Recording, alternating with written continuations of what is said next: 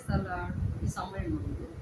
దేవుడు మీకు తోడుగా ఉండాలంటే, దేవుడు మిమ్మల్ని దీవించాలి అంటే, యోసేపుకి దేవుడు యోసేపు నిమిత్తం ఆ ఐగుప్తీయుని ఇంటిని ఆశీర్వదించెను.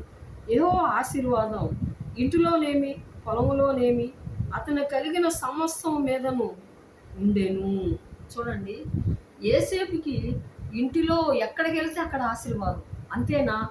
ఆయన చేయనిదంతయు దేవుడు సఫలం చేస్తున్నాడు. దేవుని కటాక్షం యోసేపు మీద ఉందంట.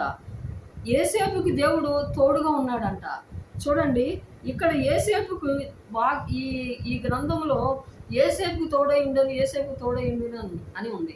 ఎందుకనంటే యోసేపు పాపములకు దూరముగా జీవించాడు. అతనిలో ఉన్నటువంటి ప్రత్యేకత. ఈయన ఏమన్నాడంటే, దేవుడికి విరోధముగా పాపము కట్టుకొందునని తన యజమాని భార్యతో అనేను. దేవునికి విరోధముగా నేను ఏ పాపము చేయను.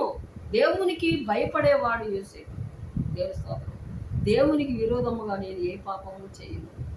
దేవునికి భయపడేటువంటి వ్యక్తిని దేవుడు ఇంటిలోనేమి, పొలములోనేమి ఆశీర్వాదం, వ్యాపారంలోనేమి, ఉద్యోగంలోనేమి, మీ భూ పంట అన్నిటిలో దేవుడు నిన్ను ఆశీర్వదించాలంటే పాపములకు దూరముగా పారిపోయాడు యేసు. దేవుని స్తోత్రం. యెహోవా ఎన్నటన్నటికి పరిశుద్ధతయే నీ మందిరమునకు అనుకూలము. దేవుడి మాటలు దీవించుగాక.